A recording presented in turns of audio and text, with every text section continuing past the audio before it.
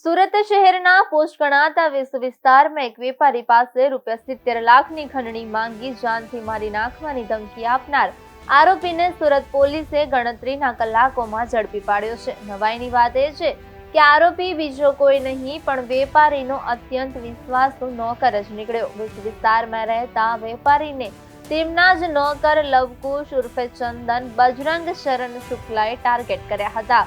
આરોપીએ વેપારી પાસેથી સોનાના દાગીના અને રોકડ રકમ સહિત કુલ ₹70 લાખની મસમોટી ખંડણીની માંગણી કરી હતી।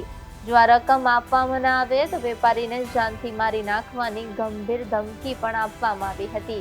વેપારી દ્વારા ફરિયાદ નોંધાવતા જ અલથાણ પોલીસ એક્શનમાં આવી હતી। ટેકનિકલ સર્વેલન્સ અને બાતમીદારોની મદદથી પોલીસે આરોપી લવકુશ શુક્લાનું લોકેશન ટ્રેસ કર્યું હતું। આરોપી સુરત છોડીને ભાગી છૂટ્યો હતો, જેને અંતે પોલીસે વાપી ખાતેથી ઝડપી પાડ્યો છે।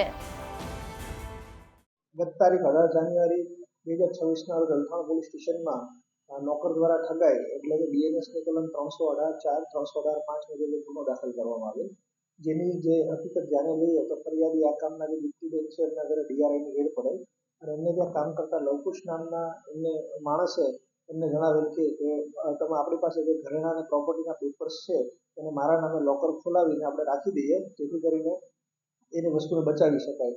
જે બાબતે તેઓએ વિસુ વિસ્તારમાં આવેલ એક પ્રાઇવેટ ખાનગી લોકરને ત્યાં લોકર સર્વિસીસને ત્યાં લવકુશના નામે લોકર ખોલાવેલ અને લોકરની અંદર આશરે 70 લાખ રૂપિયાના દાગીના તેમજ પ્રોપર્ટીના પેપર્સ જે છે એ રાખેલા હોવાનું ફરિયાદીએ પોતાની ફરિયાદમાં જણાવેલ। ત્યારબાદ જે આ લવકુશ જે છે એ ત્યાં લોકર સર્વિસીસની જગ્યા પર જઈને પોતાની ચાવી ખોવાઈ ગઈ છે એમ કહીને અન્ય બીજી ચાવી જે છે મેળવી લે છે અને ત્યારબાદ પોતાનો ફોન બંધ કરીને પોતાના વતન યુપી ખાતે નાસી જાય છે અને પછી ફરિયાદીને જણાવે છે કે તમે મને 54 લાખ રૂપિયા આપો તો હું જે છે તમને લોકરની ચાવી આપું।